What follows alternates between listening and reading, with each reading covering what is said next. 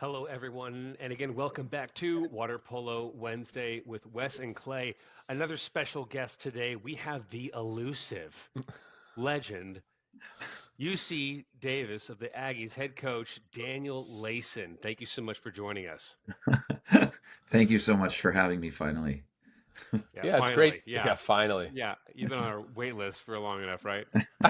Yeah, Love it. Danny, thank you so much for being here, man. It's great to see you. Appreciate yeah, the opportunity here to go through your recruiting class. We've just pulled them up here.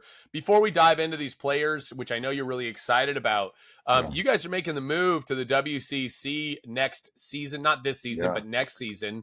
It takes a couple years for these things to occur. yeah. What went into that? I'm really curious how that occurred and why. Obviously, CBU, you and CBU are effectively swapping places. Yeah. So basically, what initiated the whole thing was that um, our athletic director decided to move our entire university to the Mountain West Conference, Mm, and so that kind of ensured that we would have to be an affiliate member in the Big West.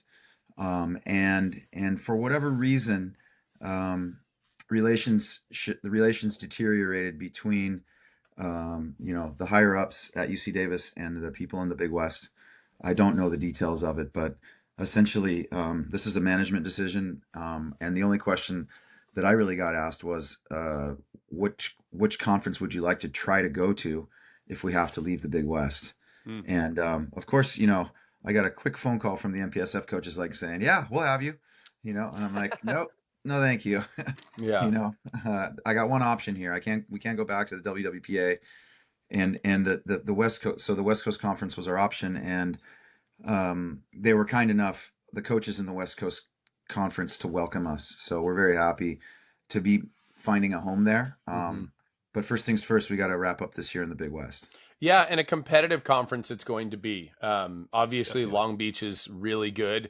You'll yeah, have UCI, who won the regular season conference, which we turns out meant absolutely nothing. yeah, And so, it's a deep conference. I really like the WCC and Big West. I think it's a much they're deeper conferences, going yeah, top to bottom. And so it's really exciting. And as you kind of move forward, you had 11 players that are not coming back to your roster, some due to yeah, attrition, leaving the program, or yeah, graduating. yeah, That's a lot, Danny. yeah. As your recruiting class would indicate, you had to reload here. Talk to us about maybe the reasons why that was and what you're seeing now. Well, that's one of the reasons our class is so big, is because we're not confined to that roster limit until next year. Mm-hmm. Okay. That's Mm-hmm. why. So basically, with regards to last year, we had our regular seniors that exhausted their eligibility, Aleix Nomura and Holden Nietzsche. And Hmm. then we had a bunch of redshirt seniors with another year that decided not to come back. And we had a couple other players that, um, their hopes for playing time, I think, look bleak. So it was kind of one of those types of Yep. conversations. But I will say that, like, the last 2 years for UC Davis, from my standards, like, I really, they've been very, very difficult years. Where 2 years ago I thought we had the team to win the inaugural Big West, and we faltered at the end of the season. And then last year I thought, if our culture was strong enough, even though we had graduated quite a few people and we'd lost some people to the transfer portal, that we could still do it. But we just didn't play in a way that is my ideal model for how we should play. And especially in the last, we hosted the conference tournament last year at Davis, and Hmm. the way we played, not just losing, but the way we played, was a very poor reflection on my coaching, and um, so it's very refreshing to have so many people move on, and we love them, and we love their contribution to our program. And I watched Aaron Vogenthaler win a national Yeah. championship at UCLA, and that was amazing. And Aaron Wilson won the Big West at Davis for Long Beach, and he played really well, so I was happy for him. But we are re-energized up here, and we have a new group. The energy surrounding, it's just kind of like a refresh. You know what I Yeah. mean? Yeah. So many new bodies coming in, and the people that are still around, the energy around the work that we're doing and stuff is really positive. So I'm super excited, and I'm really, really looking forward to this season, but also this recruiting class, which is, like we said, full of players that are lesser known than some of the other recruiting classes that you've shown on your show. Yeah, absolutely. And lesser known in our world doesn't mean a whole heck of a lot, to be Yeah. quite candid with you. It's because water polo is just not publicized as much as other sports. Like I can honestly name more football players and or high school football players coming into college than I can probably name water polo, which is crazy. But let's start at the top. Oriol Venus, a really good player for CN Barcelona last couple of years. They were a top 4 team. He's got European EuroLeague experience. He's got great experience in the Division Day honor. That's incredible. That's a nice pickup for you. How did this come about?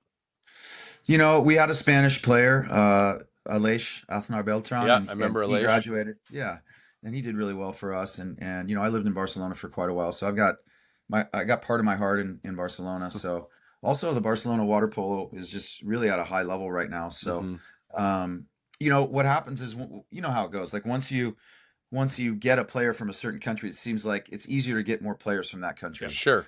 And so that's kind of what happened. And it was just kind of a natural progression with our needs as for a experienced like a player who can really control the game, can hold the ball a lot, very smart. He moves super well in the water. He can score goals. He can play both sides of the pool. So he's going to be a great addition. Yeah, that's awesome. Incoming freshman, correct? It's not any kind of graduate or gap year here. So he's incoming freshman. He'll be eligible right away for you. It's a big pickup. Another foreigner here, Luka Palavra, 2-meter man out of Croatia. Talk to us about him. Where's he from? Where's he been playing? This is a nice pickup for you here. Love Eastern European centers. What can we say? He's a big boy in the middle. He's 6'5", 250, 255.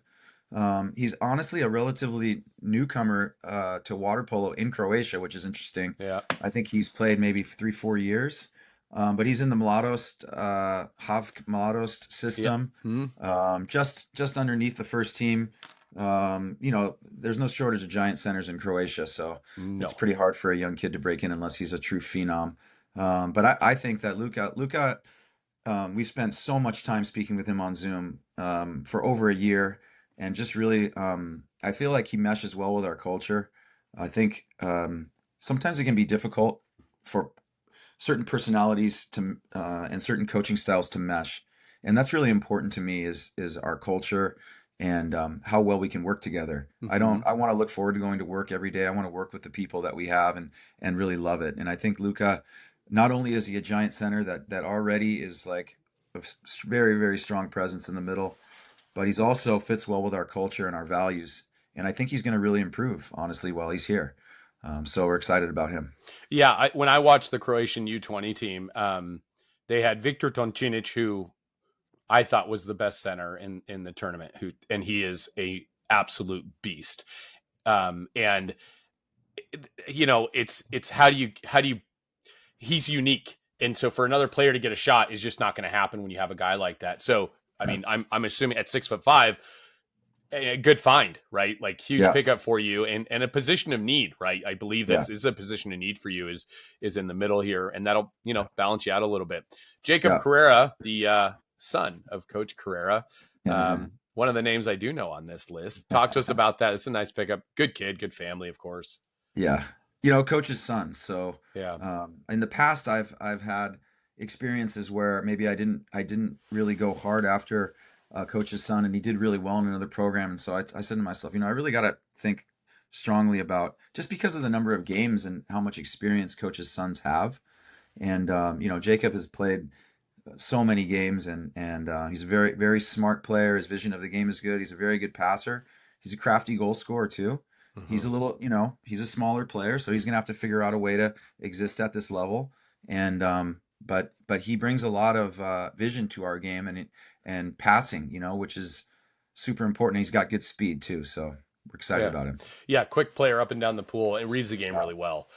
So as you said, a lot of reps. You get that much experience. He reads the game really well. Yeah. Moving forward now, Oliver Wilmink out of Phoenix, Arizona. Not a place we see a lot of recruits coming out of, right? Yeah, intriguing. Talk to us a little bit about this. Well, we're really proud of kind of the variety of places that people come from in our program. And so, we're looking for players from small markets. If anyone's listening, so feel This is a marketing tool for you. This Feel is free to it is a send this to marketing everybody. platform, We 100%. encourage you to. Yeah. we are we're going to try to turn over every stone, and we don't discriminate against players from outside the hot spots. I played against Oliver's father. This is the age that I am at now, where I've played against recruits' parents. So Mike Wilmink played at UCLA. He was from Canada, a Canadian defender, big body, and Oliver's also a defender, big body. He's played for Team Vegas, and Okay. he's Mark he's a St. big John boy. out there. Yep, he's a Yeah. big boy, and he's going to need some time to develop. But he's a good swimmer. He throws the ball hard. He's going to be a big body in the middle for us. Amazing. Yeah. Mm, Good find. Max yeah. Broking out of New York. Another kind of going small market. New York's kind of getting bigger, right? As we've seen, Well, like the Ols and he's a couple real others. New York. Yeah, the Ols. Brooklyn, New York, like actual Brooklyn. Okay. All But right. Max has been in the national team system. Has played for CT Premier, played a little bit for Greenwich. His father, Evgeny, runs Y Pro, which is I think it's more of an age group type development club, and eventually those players go on and play at places like CT or Greenwich. His father was a national team player for the Soviet Union back in the day, Huh. and Max is um, he is a big body who throws the ball extremely hard. He's very poised and calm when the going gets hot, and he's got a really, really bright future. We're excited about him. I just, I'm excited now. I'm excited to I see. want to watch this I UC want to Davis watch game. I these want to see games. these Yeah. kids. Yeah. This is amazing. Clay, why don't you take this next row? Yeah, Cassius Wolf, another 2 meter man. So you got a few big guys on the line here coming up and down the middle. Talk to us about Mr. Wolf.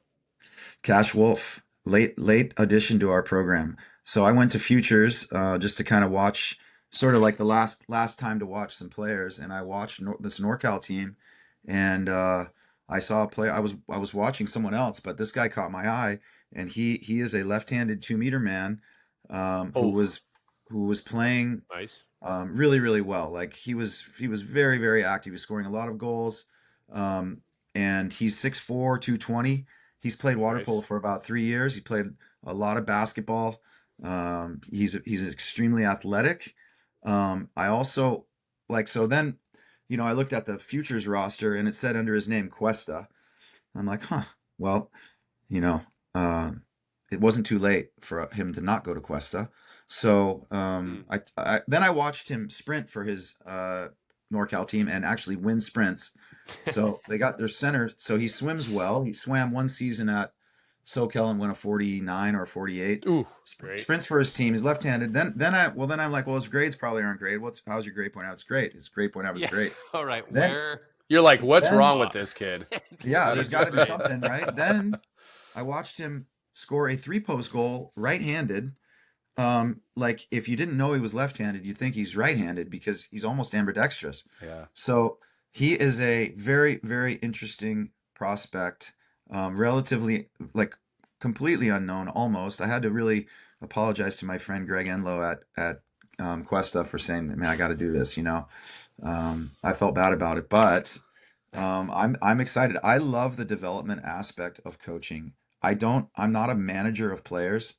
I don't I don't try to bring like the best horses and just kind of let them run and just manage I like to really get down and dirty with the teaching and watch the development. Take great pleasure in that. So when players are able to do that, that makes me really happy. I love that aspect of coaching. Amazing. Great. Yeah, the dual sport is such a big thing. We see this in a lot of sports that coaches want dual sport athletes, and that's amazing that he's kind of ambidextrous in that sense to be able to be versatile enough. Yeah.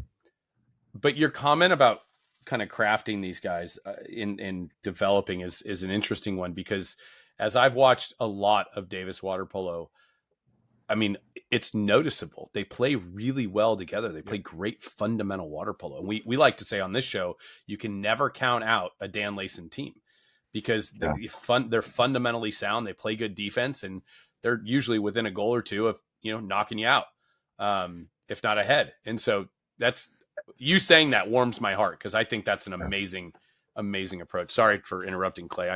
This guy's making me excited here. No, I caught that as well. I was hoping that you would mention that. I think we can all agree that UC Davis, as a team, tends to play above the average of what their personnel might represent consistently. You can never let your guard down against UC Davis by any means. And we have more attackers coming in. Right-handed attacker Jaden. I want to make sure we pronounce his names correctly. Jomtree. Out of where I am now. I'm in Monrovia these days. So are you out here from Arcadia? I see. Yeah, he's from Arcadia High School. Jaden he's the guy who also participated in the national team for his age group. He scored 650 goals in his high school career. He played for PV Polo, so he's trained for many years under the great Robert Lynn. And so driving from Arcadia to Palos Verdes regularly. That's a commitment. Yeah. That's a commitment. Jeez Louise. That's a hell of a drive. And he did it. So he is a very interesting prospect for us. He's got his fitness and that aspect of his game needs to get better, but him controlling the ball, having the ability to score goals, distribute the ball, he's very smart. He knows the game, and he's got also a really bright future. Amazing. Lyle White, Canadians. You have a Canadian connection here with Will Mink and now Lyle. Talk to us about this, another 2-meter defender. Yeah, so we have a need for center defenders. Lyle is a player who originally was from Manhattan Beach, and then his players moved to Vancouver, and he's participated in the national team programs for his age group in Canada. He's played for various different clubs. I think the most recent club he played for was New Trier. But he is a physical specimen, very quick study, smart player, very, very hard worker, very conscientious, and picks things up really, really quickly. So he's, all these guys are with us now, and he's really on an accelerated learning pace. So we're excited about him too. Yeah, he went to U20 Worlds. He's a big guy. We're excited about all these guys. I gotta be honest. I'm excited about this picture of Matteo Ruano. He looks like a superhero or something like that. And for those of the players watching this and they don't like their picture, I apologize. This is what I could find. Guys, this is the best we can do. This is, there's not a lot of pictures of a lot of these guys out there, Clay. Yeah. Get some pictures. There. I know. Go ahead. Matteo Ruano. I'm taking it from Clayton now. Matteo Ruano, go ahead. This is a nice pickup for you. American River College. Good transfer here last year. Yep. Both college guys. Yeah, Matty is, he's from the Ruano family. They run the American River Water Polo Club. And so he's been in water polo his whole life. He comes to us from American River where he did really well. And he is like a bulldog. He's very strong. He's a very physical player, and he'll be like a matchup defender for us. He's going to be a grinder out there for us. He can score goals too, and just needs to kind of pick up more of the sort of system of play stuff that we have before we can unleash him. But he's going to really help us out. All right. Well, there you go. Go ahead, Clay. Just the one? Yeah, just take the one from you. Round us out with William. Round us out, Clay. Yeah, right. William McKeon. Will McKeon's from West Valley, originally San Ramon, and went to Long Beach City College for a little bit, and then was West Valley's starting goalie, and has now come to us. And we needed a goalkeeper. And with two young goalies, Baxter and Brady Simon, we wanted to have a goalkeeper that was maybe a little bit more mature, And so he's been a welcome addition. It's been a very, very circuitous path for Will, and it's just very satisfying that he's finally with us, and all of the administrative stuff has been taken care of, and I'm just really happy for him. He's a welcome addition. Yeah, it's great. Baxter Chelsea, also part of the U20 World Championship team, that silver medal USA team. Probably the best 5-meter blocker I've ever seen. This guy can lunge like 5 meters in one breaststroke kick, which is incredible. But a really exciting class here. Let me ask you this: you don't have to be down to 24. Explain to us the rules. You have more than 24. Do you get to keep everybody who's on the roster after next year? Or do you have to get down to 24 after this next season when you move to the WCC and you adhere to these new rules? Yeah, it seems like every advantage that we get at UC Davis somehow is like somehow mitigated. Like so we had this thing where other teams had to opt in, or decided to opt in, and so their roster limit hit.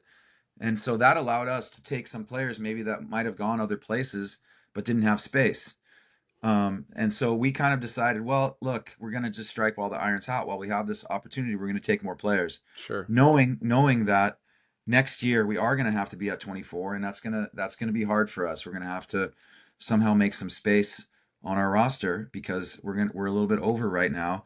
And we have an excellent player in our 2026 recruiting class, Maddie's brother. But then the NCAA came out with this whole DSA thing, right, where you could have designated student athletes. So now, the roster limits don't really exist because, Pepperdine has an enormous roster and they've got all these DSAs, these designated student athletes. Are you guys familiar with that? You can't cut those guys. Those guys are protected now. They're like, if they go to another program, then they're also protected there. So this was more of a way to just say like, well, I'm gonna designate like maybe a bunch of young guys, that I know are really gonna that they're probably going to do really well, and I'm not going to want to cut them. And I can create more roster space by doing that. If I protected these guys, I can be over the limit, and it's okay. But in 2026, there will be no DSAs, so we will have to cut down, where other teams will still be able to be over because of this DSA situation, which is interesting. So why would they be able to be over? Because they have DSAs this year and again next year, so it just carries for them, and you just won't get that because you're not going to that. So now you could have gone to DSAs and 24 and then carried it next year if you'd opted in. Yeah, the DSAs count like for the entire time they're there. Wow. They're protected. So people don't have to really be at 24, right? If they've protected these players. But because we're doing it next year, and next year there are no DSAs, we will have to be at 24. Yeah. So we got, unless they change the rules again, right? Which they might. So who knows? They could. Yeah, fair enough. All right. So very cool. We're now going to move. Go ahead, Clay. I was just going to make a comment on this lineup. It's very balanced class. Yeah. That you have coming. You're safe for a lefty. A lot of youth coming in, like you said, there's a lot of potential with a lot of these athletes, right? Yeah. That you're going to be able to cultivate and develop, whether it's fitness or tactics, whatever it may be, vision. And it's going to be really cool to see how these kids develop under your tutelage in the next, 2 to 3 years as they mature. Very exciting. Yeah. Yep.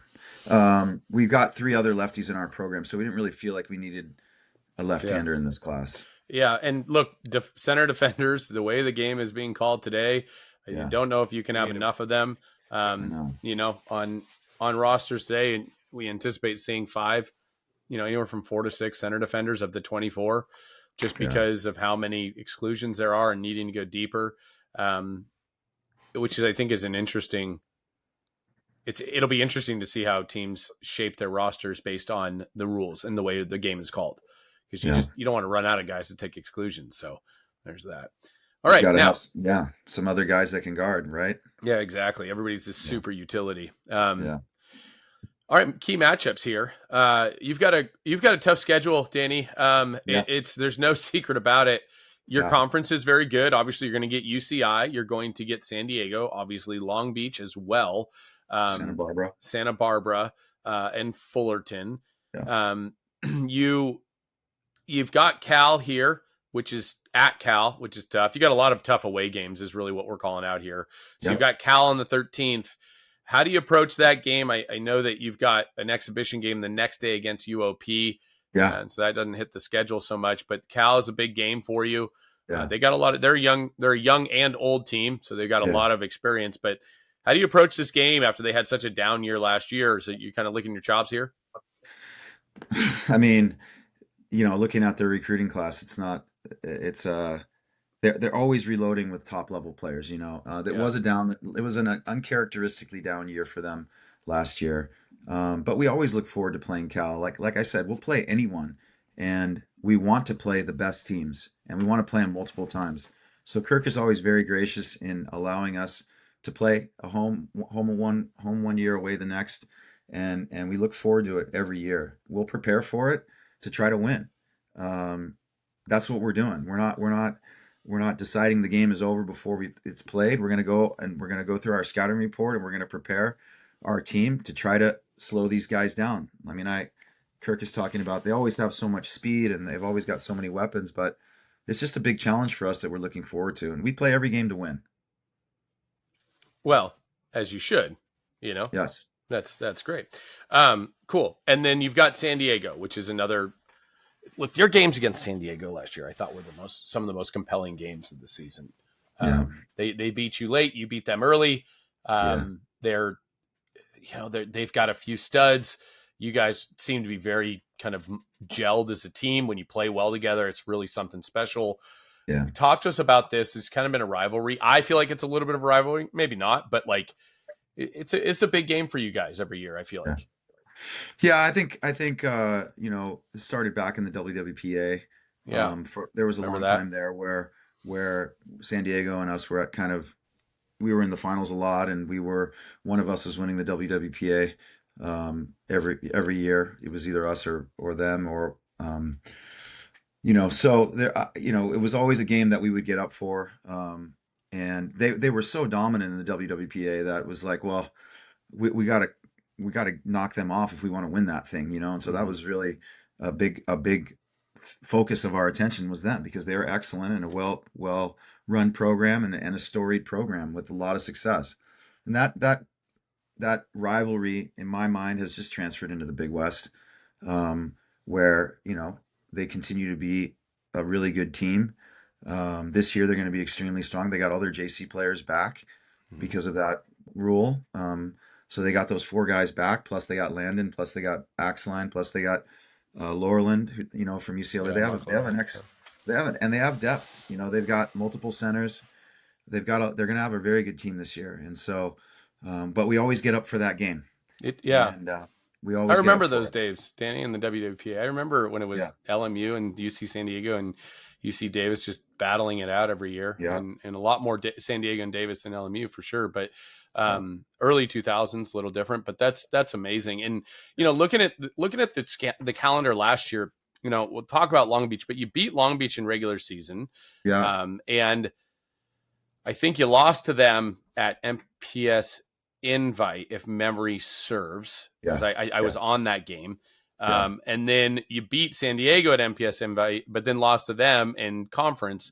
And these are all like 1-goal games. This is what I'm saying. 1 to 2 goal games. This Big West Conference, so tight.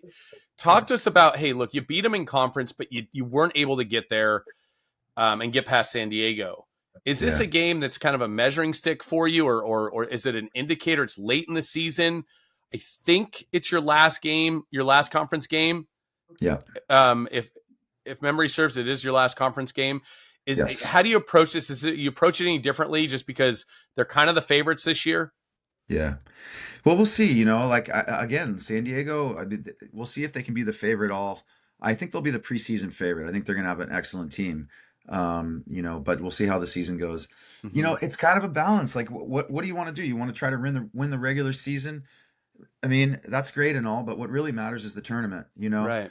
And the tournament is just so hard to win. It's so random and anything can happen. But at that point in the season, that's a measuring stick game for us. That's a indication, that'll be an indication of where we are. And then we will use that information to help us if we see them in the tournament, for sure. Yeah. But that's a very, very tough game. You're right. Like last season was really unsatisfying, to be honest, in terms of the consistency and the level of play. I thought we played really, really well against Long Beach and we beat them. We took UCLA to overtime. Yeah, I remember that. We played really well at Santa Barbara, beat them, and then down the stretch we lost to San Diego in our last game at home, and then we played really poorly against them in the semifinals, and they beat us by the final score was like they beat us by 4 or 5. I mean, that was really bad, uncharacteristic for you guys. It was not something that I look back fondly on. So we're working hard here to try to rectify these matters. Yeah. So I know you got Triton Invite this year. You get UCLA early in the year. You've got, again, a tough schedule. I'll call that out. First game against UCLA. What genius put that together for you. And yeah, that Long Beach game, it'll be interesting to me. It'll be very interesting because it is that last game of the season. You probably don't taper for that. You probably taper the next 12 days going into conference championships. Yeah. But yeah, man, I'm excited for this season. The Big West and WCC extremely competitive. So I mean, so is MPSF. They don't just only have 4 teams. You guys have like 6, 7 teams you got to compete with here. Yeah. And so, excited for you. Anything else you'd like to share? As you kind of mentioned, send this to your recruits. It's your marketing tool as well. We want you guys to be able to use this as a marketing opportunity. Yeah, no, I just want to say thanks to you guys for what you do. I know some people are giving you some grief here and there, but luckily you both have thick skins, and just keep doing what you're doing. I enjoyed your commentary. I mean, like, I'm serious about like the knowledge of the players. Like, you really have both of you guys follow college water polo, and that's really much appreciated. And hey, not everybody. What's the guy's name on ESPN? Steven, whatever. That's always making people upset. What's his name? Stephen A. Yeah, Stephen A. Well, that's a heck of a comparison. West, that guy, Stephen A. of water polo. Hey, if I start getting paid like he's getting paid, I'm all for it, man. That $5 million a year sounds great right now. But thank you, Danny. I appreciate that very much. We very much love having you on. Hopefully, we'll get you on later on in the season. But good luck this year. We'll be watching, and I'm really excited about this freshman recruiting class. It's great to hear you talk about it because you can hear the passion and enthusiasm and excitement in your voice. To me, that's the stuff of life. Is you gotta love what you're doing, and we feel very lucky that you've taken the time to spend with us here. So thank you. It's my pleasure. Thanks a lot, you guys. All right, take care, and we'll be back in a couple of days with another interview and another great episode here on Water Polo Wednesday.